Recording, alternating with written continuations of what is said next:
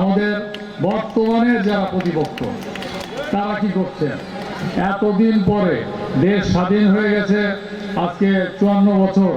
এই 54 বছর পরে এসে ওনারা চিন্তা করছেন নারীদের রাজনীতি করার সুযোগ দেওয়া উচিত। আর আমাদের জন্ম 1978 সালের 1 সেপ্টেম্বর থেকে আমরা এই কাজ করছি এবং ইতিমধ্যে আমাদের দলের নেতৃত্ব দিচ্ছেন একজন নারী।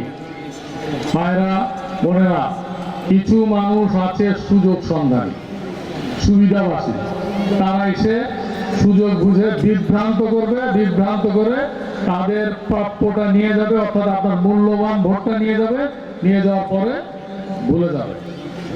একটি ধর্মভিত্তিক রাজনৈতিক দল, তারা বলে দেশ পরিচালনার দায়িত্ব পেলে ইসলাম অনুযায়ী দেশ পরিচালনা করবে। তাদের এতদিনের বয়ান ছিল এটা, গত কয়েকদিন আগে তাদের বয়ান পরিবর্তন হয়েছে।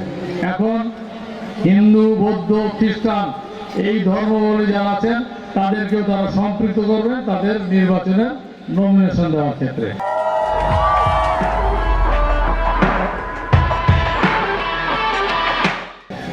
তাদের যে মনোগ্রাম ছিল সেই মনোগ্রাম থেকে তারা পরিবর্তন করে ফেলেছে। কেন?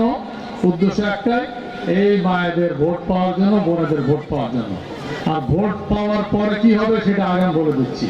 ভোট পাওয়ার পরে যেটা হবে সেটা হচ্ছে এই বাংলাদেশের যে আইন আছে সেই আইন অনুযায়ী সরকারি প্রতিষ্ঠানে যেসব নারীরা কাজ করেন, পুরুষরা কাজ করেন, কমপক্ষে 8 ঘন্টা কাজ করতে হয়। শিল্প কলকারখানা যারা কাজ করেন 8 ঘন্টা কাজ করতে হয়। এখন তারা বলছেন নারীরা 5 ঘন্টা কাজ করবে, বাকি 3 ঘন্টা মজুরি কে দেবে? অথবা 5 ঘন্টা কাজ করে যদি 5 ঘন্টার মজুরি দেয় তাহলে কি পেট চলবে? যেসব নারী এই কৃষি শ্রমিক হিসাবে কাজ করে, যেসব নারী কনস্ট্রাকশন শ্রমিক হিসাবে কাজ করে, তাদের 3 ঘন্টার মজুরি কে দেবে? তাহলে উদ্দেশ্য হলো এই নারীরা যেন আস্তে আস্তে ঘরের ভিতরে চলে যায়।